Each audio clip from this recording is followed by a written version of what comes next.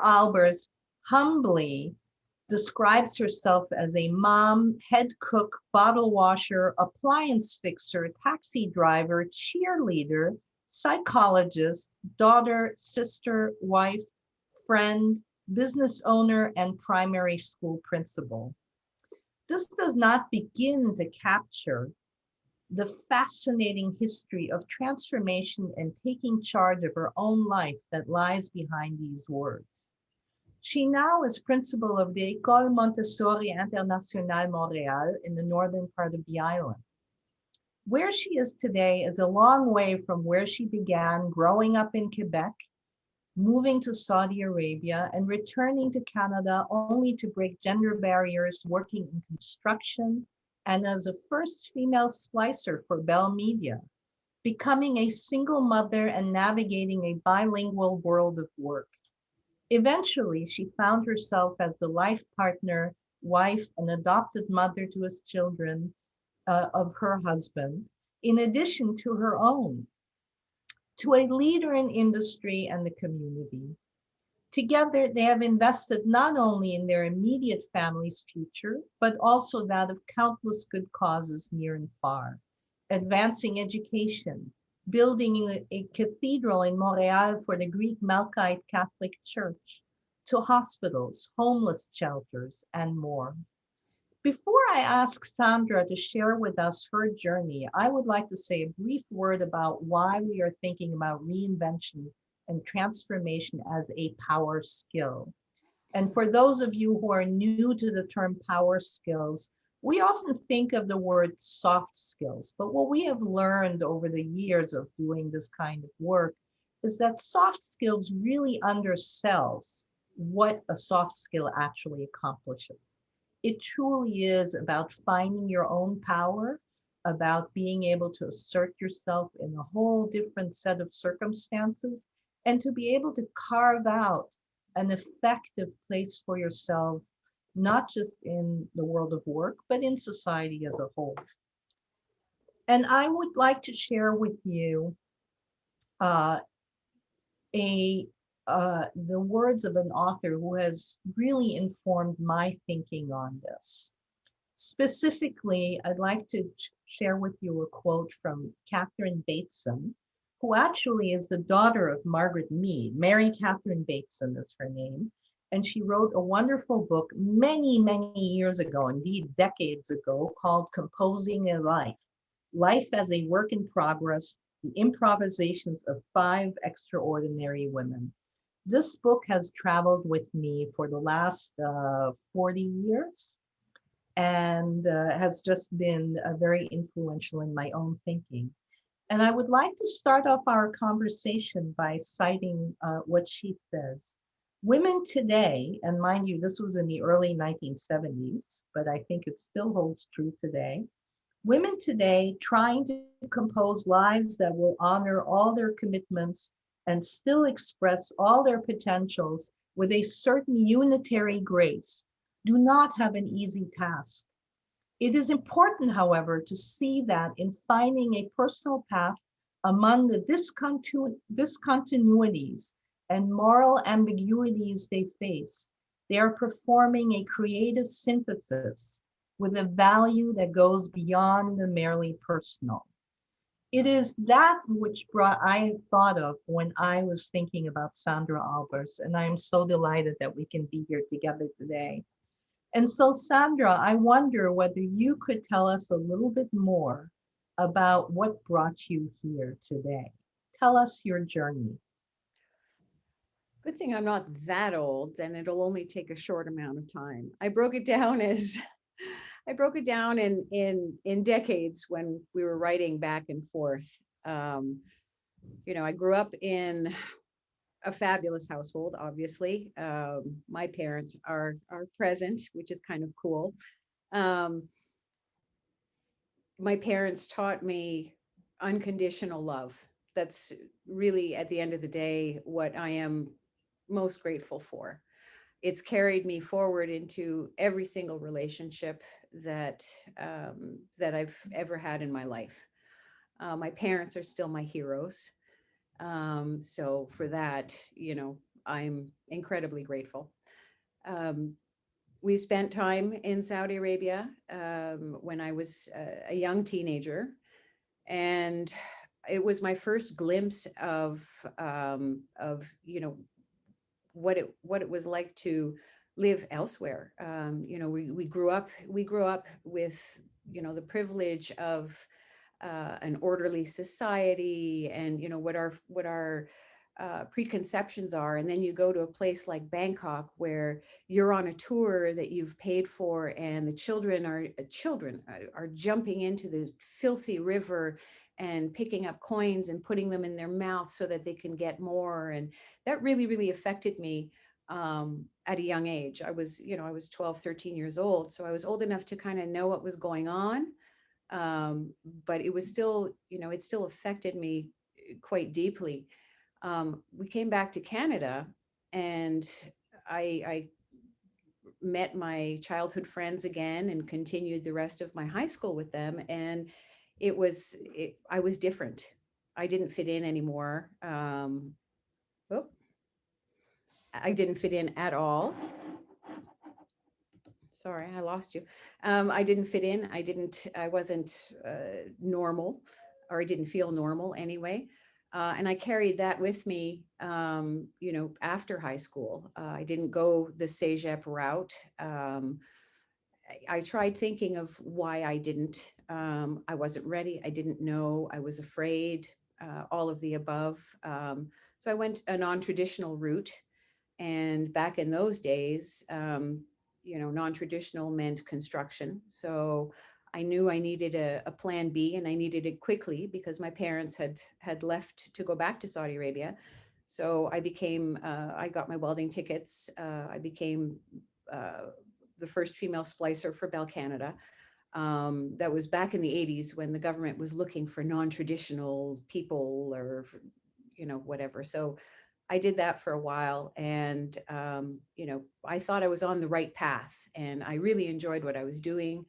But there was always, that nagging feeling that we all have. And I ended up getting pregnant with my first child, and talk about a life defining moment. I had turned left at Albuquerque, as Bugs Bunny did, and found himself in the middle of the desert. And here was this small little being inside of me saying, no, you got to turn right. And so my little one saved me from myself, I guess, and brought me back to the right course where I was supposed to be. Moving forward, I was a single mom for 3-4 years, and it was probably the most defining moments of my life when I had to fend for somebody else other than myself. And we did just fine. Obviously, he's going to be 30 this year, and he's quite successful despite his mother. And in my later 20s, Stephen and I married into a family with 4 other kids. And, again, 4 more people to love, 4 more people who chose to love us back, which I think is incredibly powerful. Of those 4 kids, they've made me a grandmother 7 times. I've been attended the birth of most of my grandchildren. They're awesome, the grandchildren. And, they're growing up as well. So anyway, family has always been at the root of whatever decisions I made, whatever big changes in my life. Along the way, quickly after I married my husband, we had decided we wanted to have children together. So, now into my 30s, with the 5 kids that we had, we added 3 more to the mix. And the babies now, I finished off with twins. So it was yet another sign from above to stop having kids because it was getting too busy. And I was getting restless, of course, because I was so busy. I felt like I was on a treadmill and somebody else was controlling the speed in the incline. I figured, I'll just tough it out just a little while longer and make sure the kids are well taken care of. And it was all about somebody else, meaning, I was just busy doing somebody else's life, and it never did sit well with me. And I knew there was something else. I just didn't know what. Like a lot of people out there, I was afraid to try. I did try a lot of different things. I tried cooking school. I tried multi-level marketing. I tried everything, volunteering. I became a yoga teacher, and I figured I'd give back that way. Yeah, that will feed my soul. That wasn't it either. It was not until I actually had the opportunity to buy the school and run this school um, several times before I actually said yes. And fear had stopped me from saying yes in the past. I mean, what could I possibly bring to a school? I'm not formally educated. My only experience is, a yoga teacher. That's not going to garner me any respect. But I knew it became too painful not to say no. So I took a leap with both feet, and here I am a year later. I don't recommend buying a school before a pandemic. However, it's not a very good idea. That Having said that, it's turned out really, really well.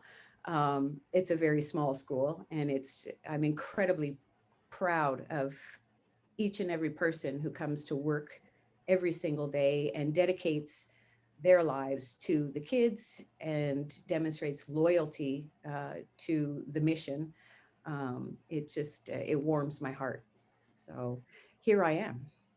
Well, thank you, Sandra. It really is. As you can see, there are many twists and turns. We were having a discussion before this conversation around that is this reinvention, or is it simply that we are presented with opportunities that even challenges can become opportunities?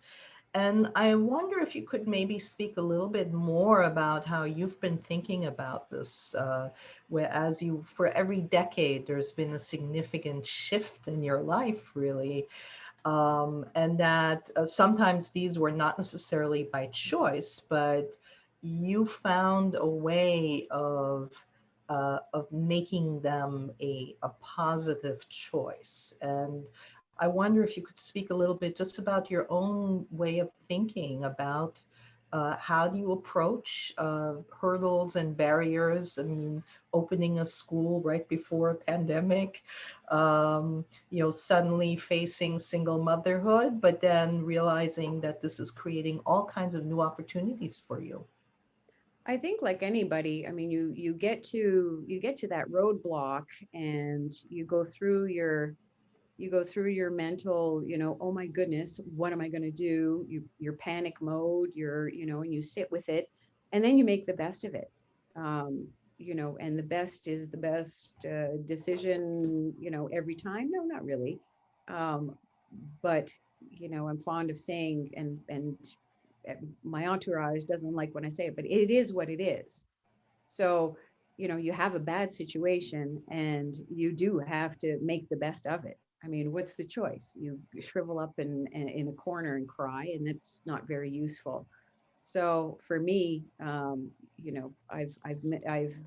been fortunate. I have a great support network, um, and when I haven't had a great support network, I've made a great support network, or reached outside of myself. And for me, giving back is always the best way to feel good about yourself.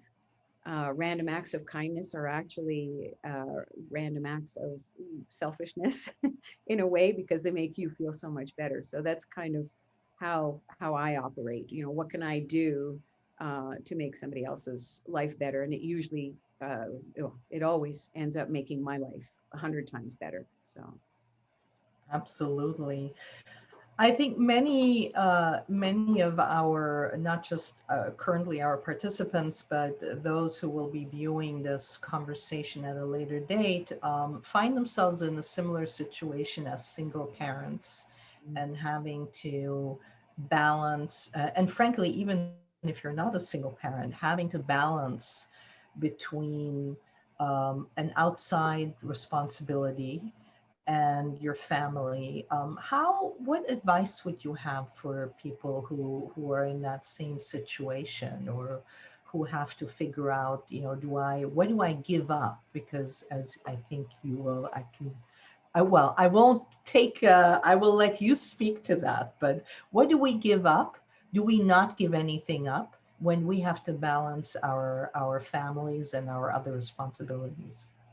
Our first mistake is believing that you can balance our family responsibilities and our outside responsibilities. There is no balance.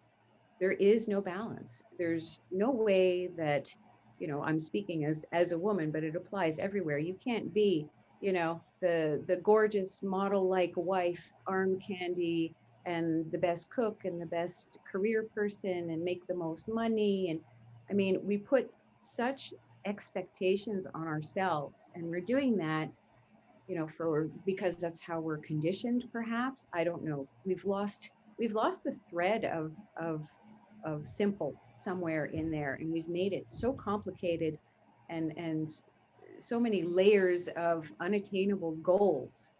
I go back to being simple and doing your best, obviously.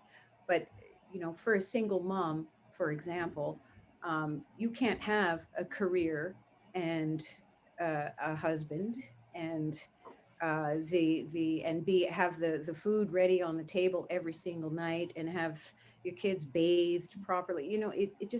It's not doable.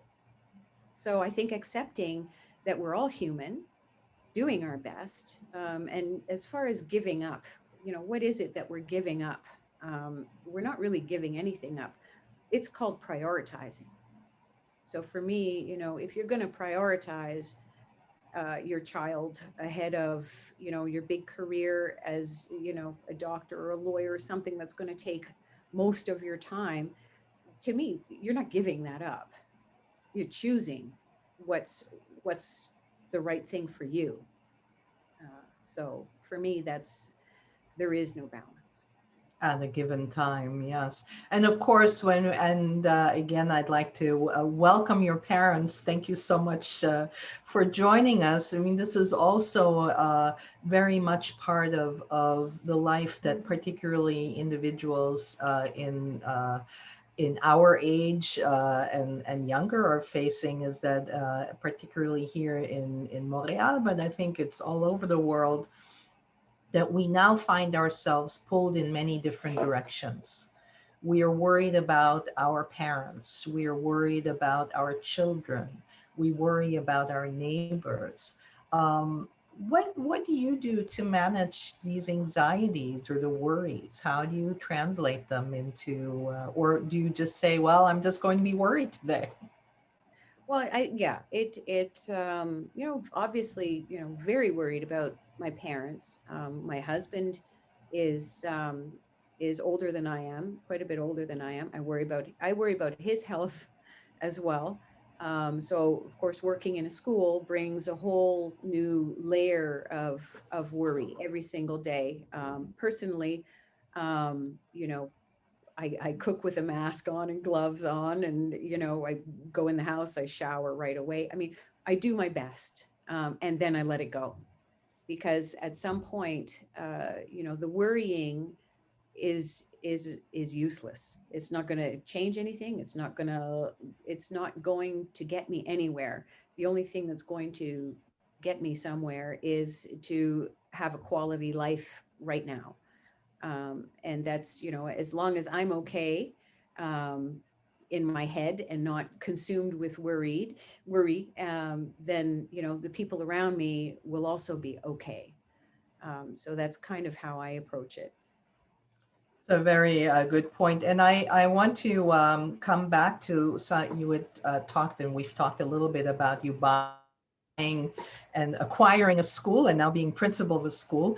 And we have several questions in our chat. And I would also say that if you feel more comfortable in either asking or responding in French, of course, feel free to do so. This is the joy and beauty of being in Montreal, that we tend to often end up in some version of franglais in conversations. But so Joelle and Iris both are asking about, well, how did you end up with a Montessori school? And what was your involvement, what was your interest, and how did you, what brought you into this direction? Education wise, if that's what you're asking, I've always leaned towards education. I've always been involved in my kids' schools. When I became a yoga teacher in particular, I offered my classes for free. I started in the boys' school actually because I felt like the boys needed that outlet and needed to be given permission to do something that wasn't traditional for men. So I took a certification in something called Broga, which is yoga for bros. So I tried to make it as cool as possible so that they would have access because they're anxious, just as anxious as girls are in the girls' school. Um, Before that, I was always involved in some way in schools and volunteering and all that stuff. And some of my best friends are teachers, are educators. And I think that that's, had I pursued my education, I probably would have ended up as a teacher. Um, but I kind of like the idea of being able to make the rules because I am not your traditional principal. Um, I think I have a, I think I have a different approach to it, and I think it's for us anyway in this school. It's a more humane and a less bureaucratic approach to it. I'm all about empowering students, and so Montessori is all about creating global citizens who are aware of the world around them. And I think it's really, really important, especially now, to turn out kids who um, are self-confident, they're confident in who they are as people, um, because that's going to save a heck of a lot of heartache for them later on if they go out into the world and understand that be yourself, everybody else is taken. I think that's really, really important. And I think it's also important for them to learn at an early age that, you know, we're very fortunate to be Canadian, to live in Canada, to have, this beautiful country and all of our freedoms. And it's equally important for them to then pay it forward and go and do good in the world and be good people. So if, if we start at the base, then hopefully, it'll translate and we'll turn out some awesome human beings. That's absolutely, it's so well said. We have some more questions that I'd like to get to, but before we do so, I wonder if you could speak a little bit to how the parents have responded to you. As you say, you are not a traditional, whatever that means, principal. Did you have to overcome skepticism? How did they embrace you with open arms? What was that experience like? Well, they had been through a couple of bad directors or directors who were misguided, let's say. um, it's in a small business like this, like any small business, you have to have hands-on. And for me, hands-on means everything from cleaning the toilets at lunchtime and just doing the disinfectant to doing repairs and renovations during the summer before we started up again. Um, no, they did not embrace me. They figured, oh, this woman's just coming in. This is a plaything for her. She must be, loaded, so she doesn't really care. And I think what they got was absolutely not what they expected. I don't wear a crown. I hate crowns. I hate titles. I'm more of a doer, and I'm pretty strict. They were used to coming in at all hours and doing whatever it was they wanted. Tennis was at 3 and school ends at 4. So I'll just come pick my kid up at 2:45. Well, I put a stop to that kind of stuff, and I brought a little bit more structure, or a lot more structure, to the school.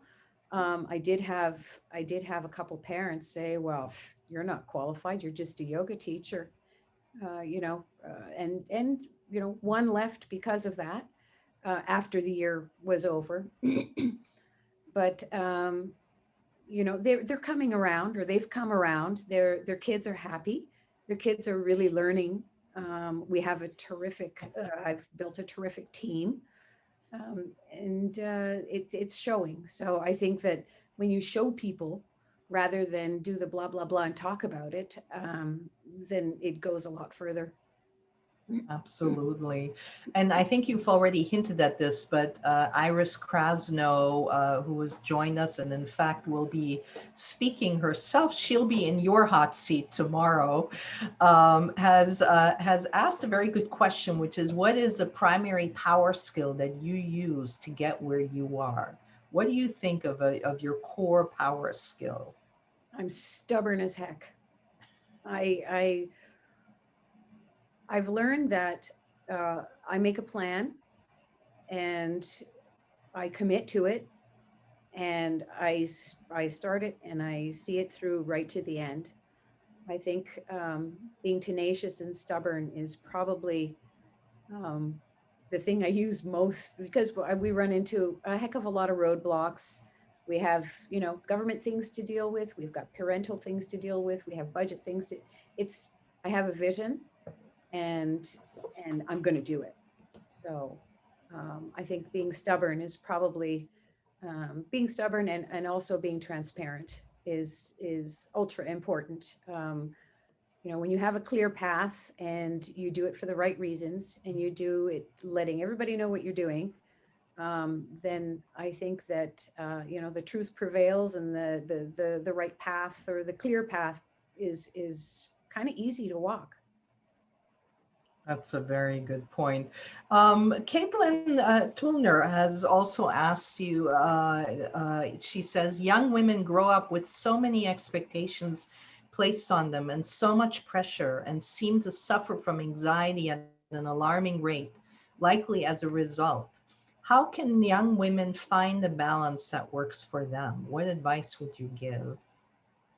The advice I would give to any young lady is to be true to themselves and to listen to their own voice. I think that as young women, we have a certain expectation, just as young men do. I can only speak as a young woman, as an old young woman. Um, I think that we need to stop listening to what everybody's else's idea of us, or their vision of us, should be, and look at exactly what is it that I want. What is it? And it's not always easy. I tried lots of things, and you know we walk in fear of disappointing everybody around us. What if I'm not a good mom, or not there for my kids, or you know what if you're not there for yourself? And I think that that's a huge sin, that we as women, we're so willing to lay it all on the line for someone else, except for ourselves. And I think if we advocate more for ourselves, my mother always told me, if you're not good in your head, then you're not good for anybody else.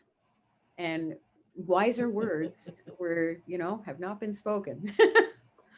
So That is so true. That is so true. If you had to choose three words that define your life experience, what would they be? 3 words to define my life experience. Besides your power skill of stubbornness. Well, more head down and go to work. That's really, that's I often say it at work, we're often inundated with stuff, drama, with little things that really, really at the end of the day don't matter. And my vice principal, who's an amazing human being, um, I always tell her, head down, go to work, and we leave the drama behind and continue. So, That's great. Maria Paulo is asking, how easy is it to open an alternative school nowadays? In post-pandemic times, of course, you opened it in pre-pandemic times, but right before. So what well, did you have to go through to actually make that happen? well, this school had been in existence for 17 years before. So, at some point it was the owner wanted to sell it, and so that's how I came about here. We are not a subsidized school. We're not subsidized by the government, and we're a nonprofit. And as such, we have a little bit more leeway in our curriculum. We still have to follow, obviously, the Quebec education plan, um, but it's allowed us to add. And for us, what we've added in hours of the day. Let's say a public school finished at 2:45, we finish at 4, but we've added a lot of English. So our kids actually, we're a French school, but our kids come out bilingual, which is a huge plus. It's the more languages you have, the better it is, obviously. But the Montessori approach, isn't it's not rocket science. It's giving kids, tools to be really functional people. And I do think that, I was speaking with Lisa not too long ago, and I truly believe in handing over the keys to each and every person's bus. Why give the keys to your bus to somebody else when you're quite capable of driving it? Well, kids have to learn to drive. So, the Montessori approach is, all about teaching kids, how to be self-sufficient, and useful humans. Um, to open a school, it's now become difficult because they're not giving permits away here in Quebec. I don't know about the other provinces. I know that, I have to renew my permit, and it's a big deal. It's a lot of paperwork and bureaucracy and all that stuff. So it isn't easy, but I would say that, if you want to do it, have a great plan and be detailed on in every facet of, your curriculum and your financials. And if you want to do it, do it. So, Were you able to draw on other expertise to help you put together that plan, the business plan, or was this something that you created on your own? I've had a, I've had the opportunity and the joy to be married to a brilliant businessman for the last 25 years. We just celebrated 25 years. Congratulations. He is, thank you. He is, he's my financial advisor. And I have learned an incredible amount from him over the years. Obviously, as a housewife and mom, I'm also the secretary, the psychologist, you name it. So I've listened. I actually absorbed more than what I thought I would absorb. And so it's allowed me to really have a solid direction and idea. And he has helped me an enormous amount with the financials and understanding the ins and outs and what's important. The $5 binder isn't important. It's a bigger picture, but so in that respect, I've been very fortunate. And how about in navigating the bureaucracy that you mentioned briefly, all That's that paperwork? that has been baptism by fire. Um, I've done an awful lot of reading and researching in order to understand. what it is that they're looking for, and how to present it, because they want to present it a certain way. So on that end, I've had to do a lot of research on my own. So they do have, I must say though, that the Ministry of That's a good point. Education has somebody that is dedicated to our file. I'm sure she has other clients as well, but they've been very, very helpful and very informative. And whenever I've had questions, the Ministry of Education, or at least our person, has been wonderful. So part of the trick is making sure you find the right people to at the right time. It sounds like what you're saying. So you mentioned congratulations again on your anniversary. It's wonderful when you can share your life with someone for that many years and many more to come. Congratulations to both of you and to the family. I know we have a few family members here. On the call as well. Um, One of the way in which you and I first met was really as a result of the generosity that you and your husband have shown to our own school and to supporting scholarships and bursaries for our own learners.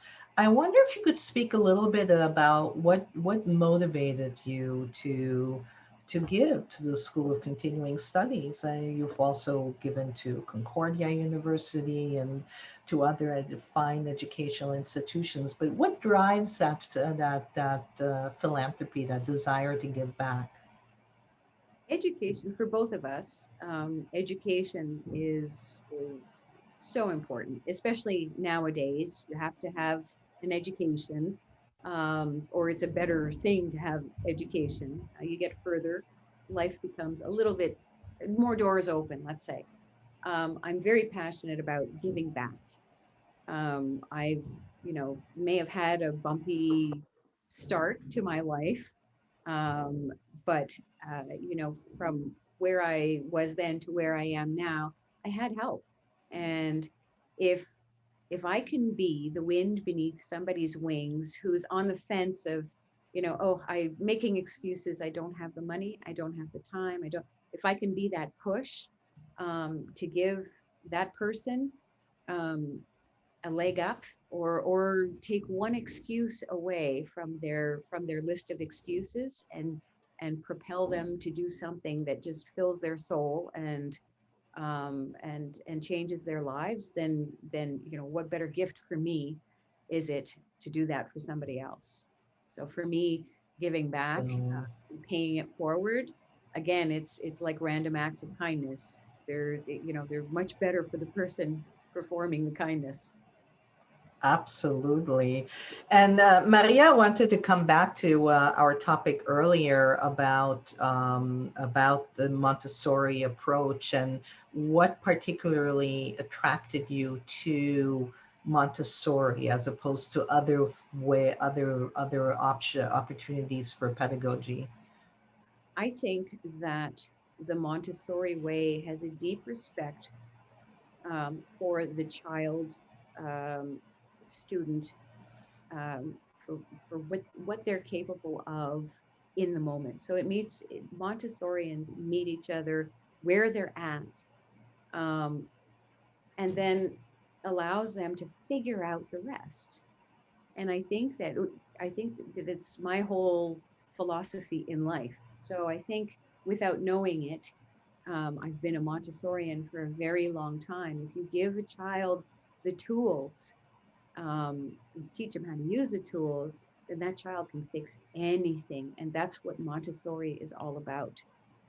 The love of learning um, is is is so important to the level of learning. I mean, if you don't like what you're doing, and then that transfers to a job. If you don't like your job, you're not going to do your job the best way you can do it. It's the same thing in school. And to keep kids today motivated, you have to keep them challenged. And the only, teaching them that it's okay to have a challenge, and having them figure out how to solve the problem, then then I think that that's far more educational than opening up a book and turning to page 29 and regurgitating whatever it is. So, I think you make a very good point, which is very much part of the philosophy. Although we are not a Montessori school, but I think we share many of the same principles of empowerment and of learning through practice, learning through doing, and saying that it's not just about what you read in the book, but how you apply it in your community, in your work, in your personal life. And so I'm very glad that we were able to connect, because I think the vision is just it seems to dovetail very nicely. I want to come back before we close, though. I want to come back to um, an earlier part of your life. You mentioned that you worked in construction. mm, Now, even today, when we say, well, I live in downtown Montreal, and we are surrounded by construction everywhere. And I do, on occasion, I see a woman, but usually I see a woman who is, the flag holder, who's standing there and, probably freezing her, all of her self off while she's standing there waiting for something to happen, waiting for a pedestrian to come by.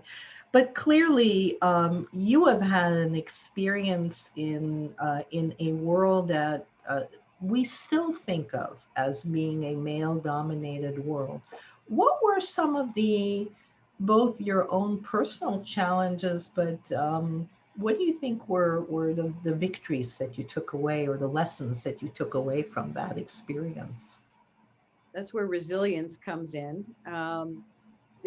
We're going back now to the late 80s, early 90s, and there were no women doing what I did. I had, you know, a my teammates were brothers, and it, you know, I wasn't holding the flag. Let me tell you, I was, doing hard work, and they threw everything at me that they could to get me to quit. Um, Half of them were afraid and I guess it would still be the same today. Half of them were afraid that I was going to steal their job.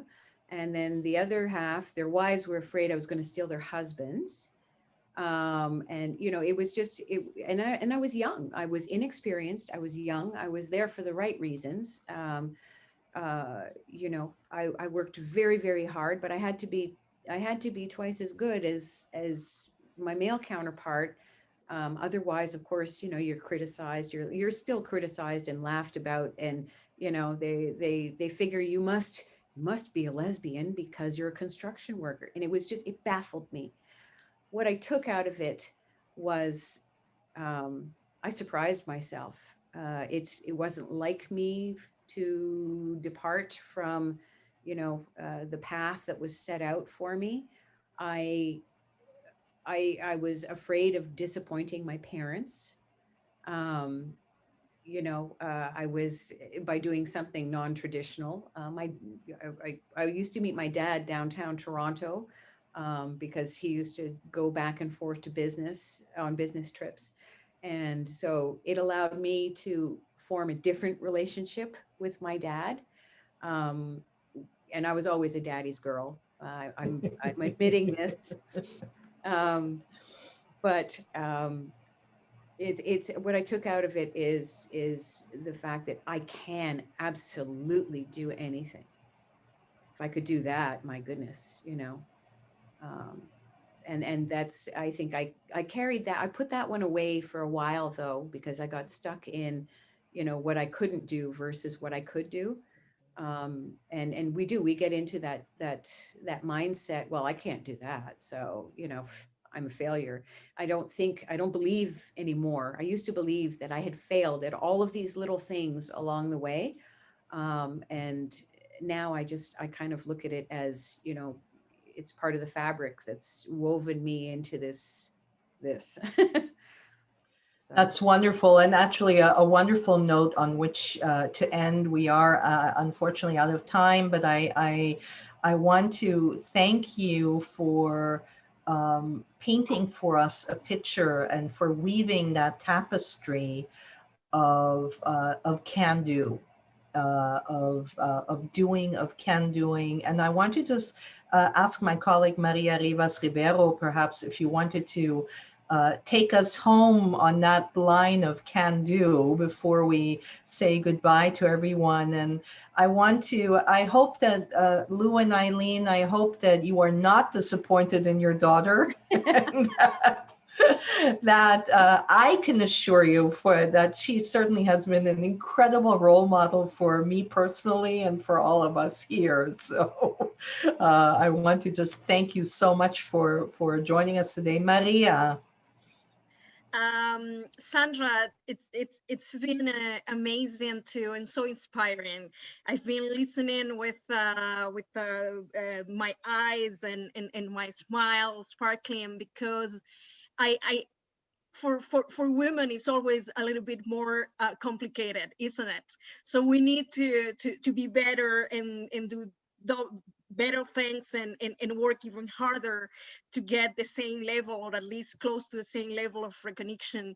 And when I see how you cope with all that by having at the same time a family of 8 kids, I say, wow, if she's if she did that, we are all are capable of going on. So thank you so much for this message. It's very I hope that every woman who was participating to this online conference feels the same, feels better at knowing that yes, there are a lot of challenges out there, but we are capable, and we need to take those risks as well. We need to step out of our comfort zone and go for that, because your example, like with the primary school, what you are saying, I say, oh my God, you really did went out of your comfort zone to experiment to a different sector than construction is, with the Montessori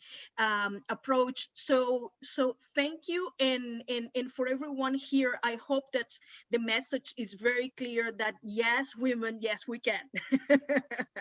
And thank you, Dean Weil, for inviting Sandra to share with our students. Thank you, everyone.